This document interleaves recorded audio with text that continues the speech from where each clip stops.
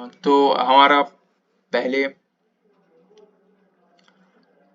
AP तो हम लोगों ने खत्म कर दिया, तो आज आ जाओ देखते हैं जीपी का कॉन्सेप्ट्स पढ़ लेते हैं। आज है हमारा जियोमेट्रिक प्रोग्रेशन। जियोमेट्रिक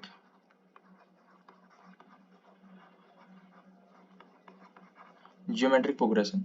अब इस जियोमेट्रिक प्रोग्रेशन में एक्चुअल में कॉन्सेप्ट क्या होता है। पहले अरिथमेटिक प्रोग्रेशन में हमने देखा जैसे उसका डिस्टेंस कांस्टेंट रहता है। मान लो a1 है, a2 है, a3 है, a4 है, a5 है, a6 है, ऐसे करके जा रहा है। इसमें कॉमन डिफरेंस कांस्टेंट हो गया, तो वो अरिथमेटिक प्रोग्रेशन।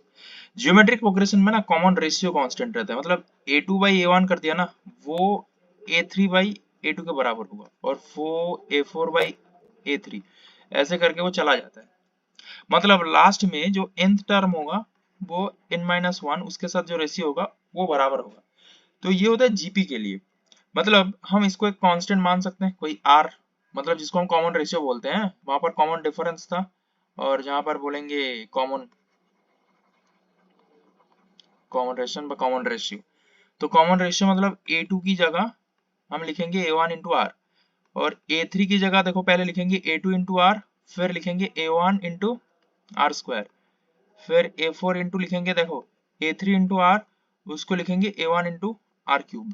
तो जहां पर ऐसे हो रहा है जीपी, पहले a1 टर्म है, फिर a1 इंटू आर टर्म है, फिर a1 into are square term है, फिर a1 into are cube term है, ऐसे करके जाता है। तो जहां पर टर्म इनको ऐसे लिखेंगे a r to the power n-1। तो देखो टर्म फर्स्ट टर्म अगर करेंगे तो a है, सेकेंड टर्म करेंगे तो a इंटू आर है, अगर थर्ड टर्म की बात करेंगे तो a इंटू आर स्क्वायर है, और फोर्थ टर्म की बात करेंगे तो a इंटू आर क्यूब है।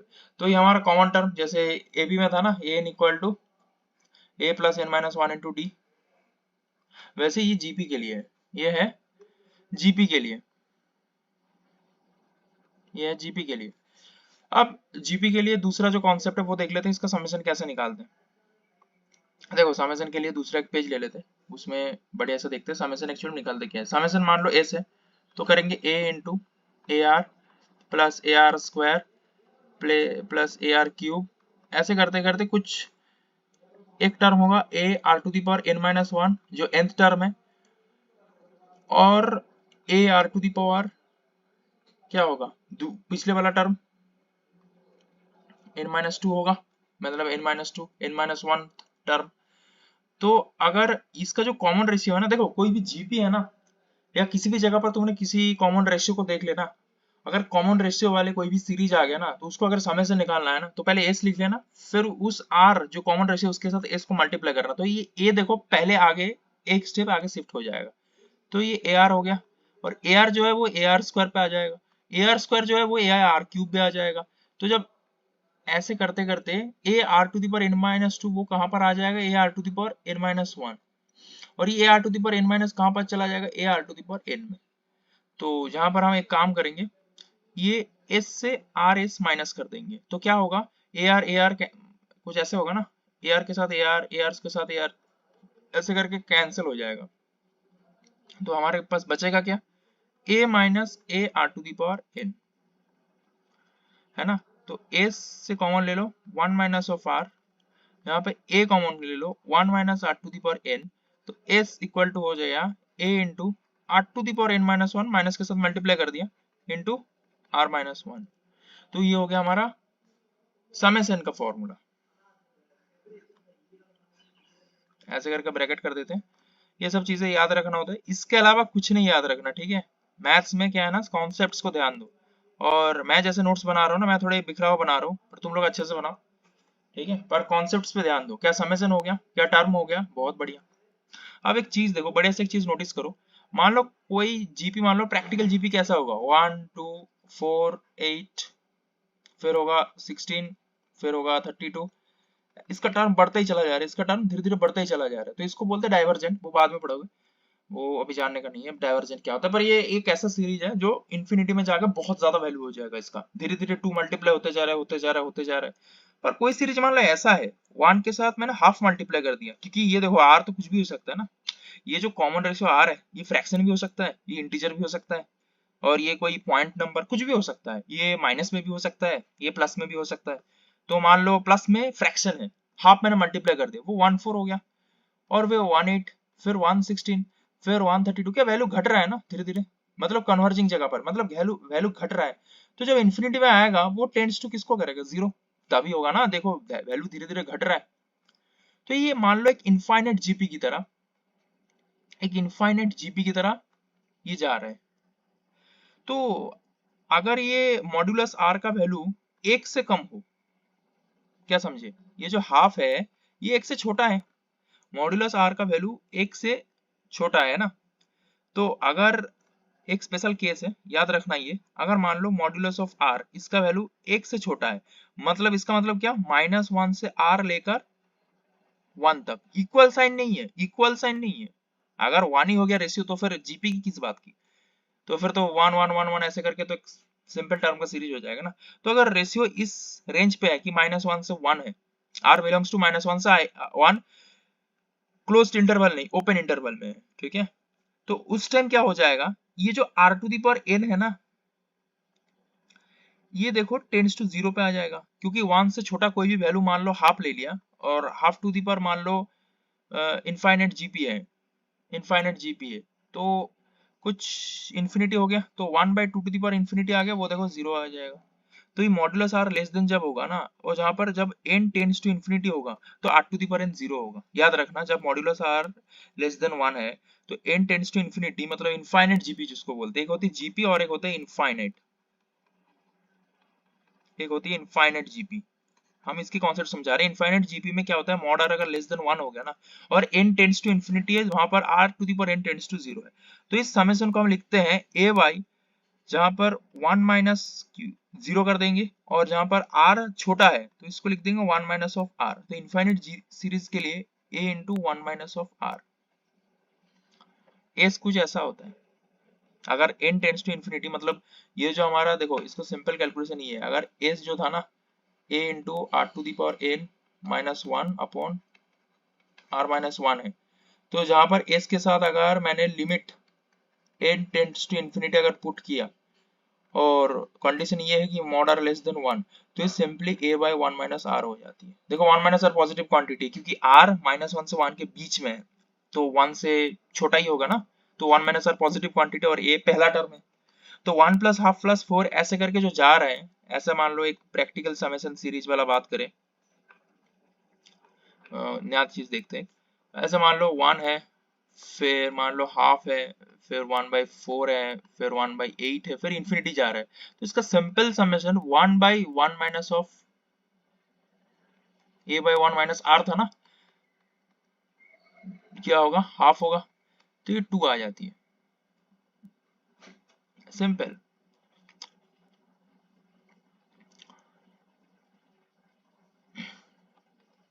क्योंकि a बाई 1 माइनस r मतलब सिंपल रेशियो, वो तो हाफ है, जहां पर कॉमन रेशियो क्या है, हाफ है, और जहां पर a का वैल्यू 1 है, इस सीरीज के लिए जो हमने एग्जांपल दे रखी है, क्योंकि हाफ से मल्टीप्लाई हो रहा है और पहला टर्म 1 है, तो a 1 माइनस r इन्फिनिटी तक जा रही है, और हमने देखा r का जो वैल्यू है वो 1 से छोटा है, और वो इन्फिनिटी तक जा रही है, इनफाइनाइट जीबी, मतलब हम s इन्फिनिटी भी लिख सकते हैं इसको, ऐसा कोई दिक्कत है नहीं।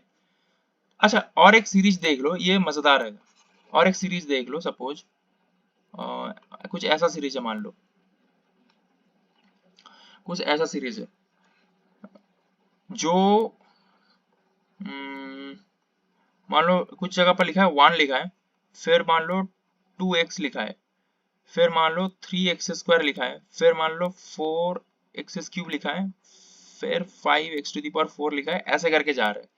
ये एक इनफाइनाइट जीपी है, जहां पर x का वैल्यू वही 1 से छोटा है, जहां पर x का वैल्यू 1 से छोटा है, इनफाइनाइट जीपी है। तो इसका अगर समेशन निकालना है ना, इसको बोलते देखो एजीपी, क्योंकि एजीपी इसीलिए बोला है, देखो एक चीज नोटिस करके देखो, जहां पर ये 1 से 2 गया तो +1 ऐड हो गया, ये 2 से 3 गया, जहां पर भी तुम +1 ऐड कर रहे हो, 3 से 4 गया, ये भी +1 ऐड हो गया, तो ये तो एक अरिथमेटिक प्रोग्रेशन पे आ गया ना।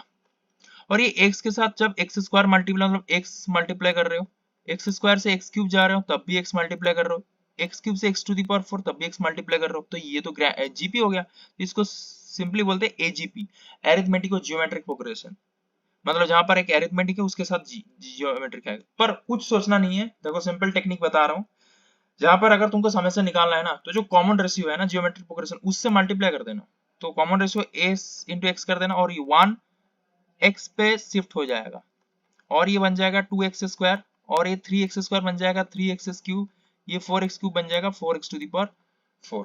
तो ऐसे करके चलना। और ये अगर x लेस देन 1 है और इंफिनिटी तक जा रही है तो सिंपली जब जहां पर हम करेंगे तो s into 1 minus of x करेंगे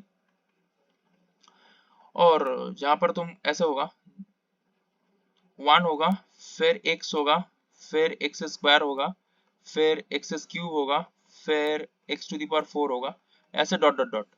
तो s into 1 minus of x और ये इनफाइनाइट है और x का वैल्यू 1 से छोटा है तो 1 बाई 1 माइनस x होगा। तो s का वैल्यू 1 बाई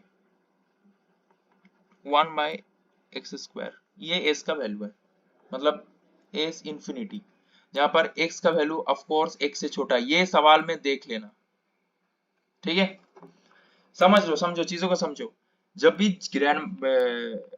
जियोमेट्रिक प्रोग्रेशन या जीपी की बात होगी ना, वहां पर कोई भी कॉमन रेशियो है ना, उस कॉमन रेशियो से मल्टीप्लाई कर देना।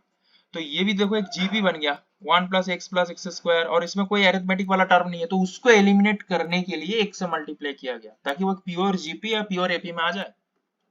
और सिंपल प्रोसेस सीखो जहां से 1 प्लस एक्स स्क्वायर, जहां पर देखो हर जगह एक्स मल्टीप्लाई हो रहा है, ये तो एक सिंपल जीपी बन गया ना। ये एक्स मल्टीप्लाई हो गया, जहां पर भी एक्स मल्टीप्लाई हो गया, जहां पर भी एक्स मल्टीप्लाई हो गया, जहां पर भी एक्स मल्टीप्लाई हो गया, ऐसे करके हर जगह एक्स मल्टीप्लाई होते जा रहे हैं और एक्स का वैल्यू एक्स से छोटा है। तो हम क्या जानते थे, a infinity equal to a by 1 minus of r. तो r का वैल्यू जहां पर x है तो a का वैल्यू 1 है तो 1 बाई 1 माइनस एक्स, तो ये हो जाएगा इसका समेशन। फिर 1 माइनस एक्स था, हमको तो इसका निकालना है, वो भी इंफिनिटी का निकालना है। तो जहां पर s infinity equal to 1 by 1 minus X का स्क्वायर। टाइम लो और चीजों को समझो, ठीक है। तो हमको आज जियोमेट्रिक प्रोग्रेशन और एरिथमेटिक जियोमेट्रिक प्रोग्रेशन जिसको बोलते हैं, इसका कोई स्पेशल ऐसा खास बात नहीं है। एजीपी तुमने जीपी कर ही लिया तो इसके लिए समझा देते हैं। और जीपी के लिए जो जियोमेट्रिक मीन की बात करेंगे अब करेंगे जीपी के अंदर जियोमेट्रिक मीन। अब जैसे arithmetic mean a plus B by 2 था ना, तुम एक देखो, एक खास चीज देखो, ए बी सी, इसमें b बाई ए जो होगा वो c बाई बी के इक्वल होगा, तभी नहीं जीपी में होगा। तो जीपी में b square equal to a c, अगर b अगर एरिथमेटिक मीन हुआ, जियोमेट्रिक मीन हुआ तो b equal to square root of a c. तो जियोमेट्रिक मीन में square root of a c is the geometric mean, बस GM बोलते हैं इसको। चेस में ग्रैंड मास्टर वाली जीएम नहीं है, ओके, जियोमेट्रिक मीन वाली है। तो gm equal to square root of ac। Plus वाला लेना, माइनस वाला नहीं लेना। स्क्वायर रूट के अंदर बहुत लोग बोलेंगे सर दो ही चीज तो आती है, प्लस माइनस दो ही तो चीज तो आती है। तो gm equal to square root of ac आ गया, तो ये हो गया जियोमेट्रिक मीन आ गया। अब जियोमेट्रिक मीन अगर ये आ गया तो मान लो 3 है, बहुत सारे जियोमेट्रिक मीन हमको उसके अंदर इंप्लीमेंट, मतलब a और b के बीच में हमको बहुत सारे जियोमेट्रिक मीन चाहिए, g1 चाहिए, g2 चाहिए, g3 चाहिए। और जैसे अरिथमेटिक में प्रोग्रेशन ने दिखाया था ना कि कॉन्सिक्यूटिव जो मीन्स है उसका जो डिस्टेंस है वो इक्वल होता है, मतलब मीन्स भी जियोमेट्रिक मीन्स में जहां पर भी जीपी में है। तो इसके लिए हम लिख सकते हैं कि g1 बाई जो a होगा ना वो g2 बाई g1 होगा, ऐसे करके चले जाएगा। क्योंकि ये सारे जीपी में है जियोमेट्रिक मीन में, जैसे एरिथमेटिक मीन्स क्या थे सारे एपी में थे, वैसे जियोमेट्रिक मीन्स भी सारे जीपी में है। चलो अगले पेज में समझते हैं चीजें को। तो मान लो a है, फिर g1 है, डॉट डॉट करके gn तक जियोमेट्रिक मीन और b है। तो b कौन सा टर्म है, n प्लस 2, ये तो तय है ना, जहां पर n n plus 1 n plus 2। तो टर्म ऑफ n प्लस 2 की जगह हम लिख देते हैं b को हमको a से निकालना है, तो a इंटू मान लो कॉमन रेशियो r है जो a और g1 के बीच में है, तो a r to the power n minus 1, तो n प्लस 2 माइनस 1, तो a r to the power n plus 1 होगा। तो n plus 1 r to the power n plus 1 sorry equal to b by a। तो r equal to b by a into 1 by n plus 1, ये होगा common ratio. तो पहले जो geometric होगा वो a इंटू आर होगा, G2 क्या होगा a इंटू आर स्क्वायर होगा, G3 क्या होगा, a इंटू आर क्यूब होगा। G4 क्या होगा, a into R to the power 4 होगा। तो ऐसे करके सारे जियोमेट्रिक मीन्स को हम लिख सकते हैं, और दोनों जियोमेट्रिक के जो कॉन्सिक्यूटिव जियोमेट्रिक मीन है उनका बीच का रेशियो भी कांस्टेंट होगा, वो भी जीपी में है, जैसे वो था ना, ये भी जीपी में है। ये हो गया जियोमेट्रिक मीन। और एक कॉन्सेप्ट देख लो,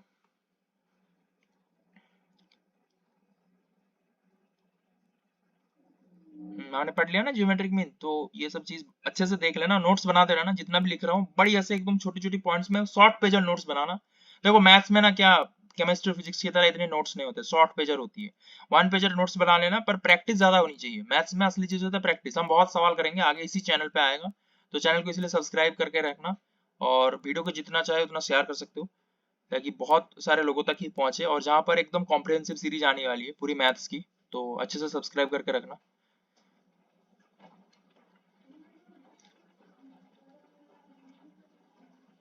तो चलो आगे हम देख लेते हैं। एक इंटरेस्टिंग चीज दिखा रहा हूँ, मान लो a प्लस बी का होल स्क्वायर जो होता है ना, हम जानते हैं कि हमेशा ये ग्रेटर देन जीरो है, और a माइनस बी का होल स्क्वायर भी हमेशा ग्रेटर देन जीरो है। तो a माइनस बी का whole square greater than equal to zero, मतलब a square minus of 2ab plus B square is greater than equal to zero,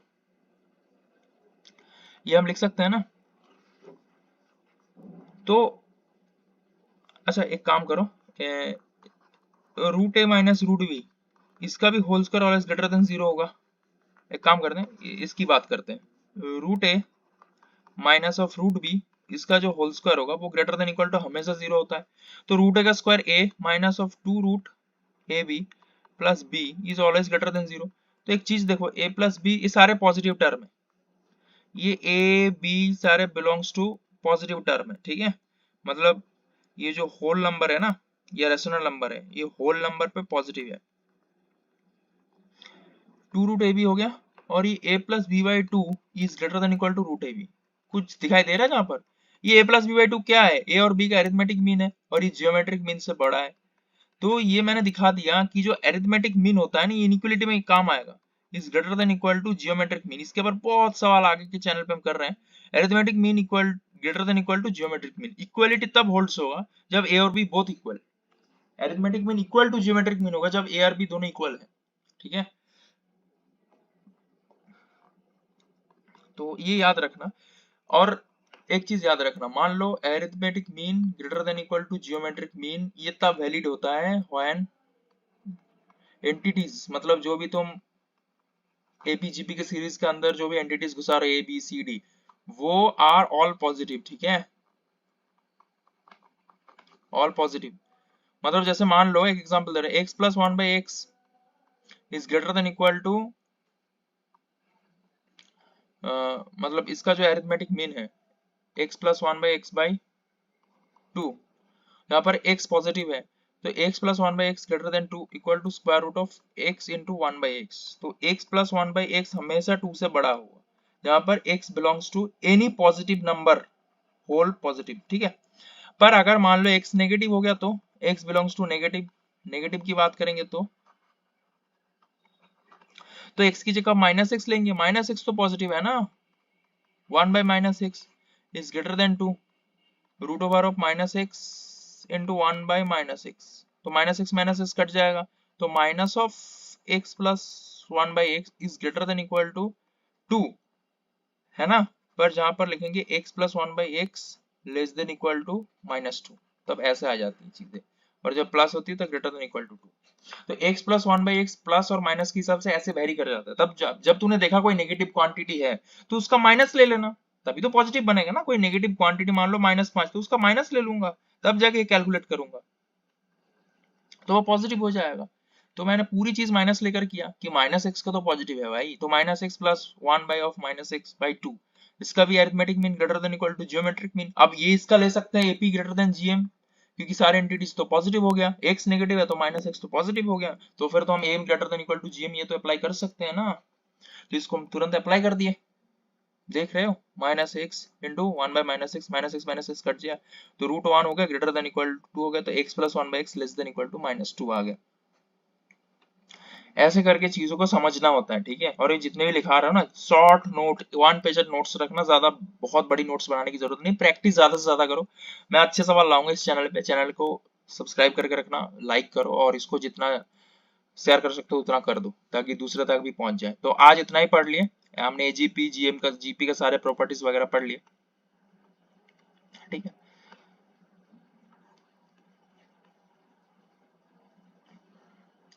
तो फिर bye, मिलते हैं नेक्स्ट वीडियो पे।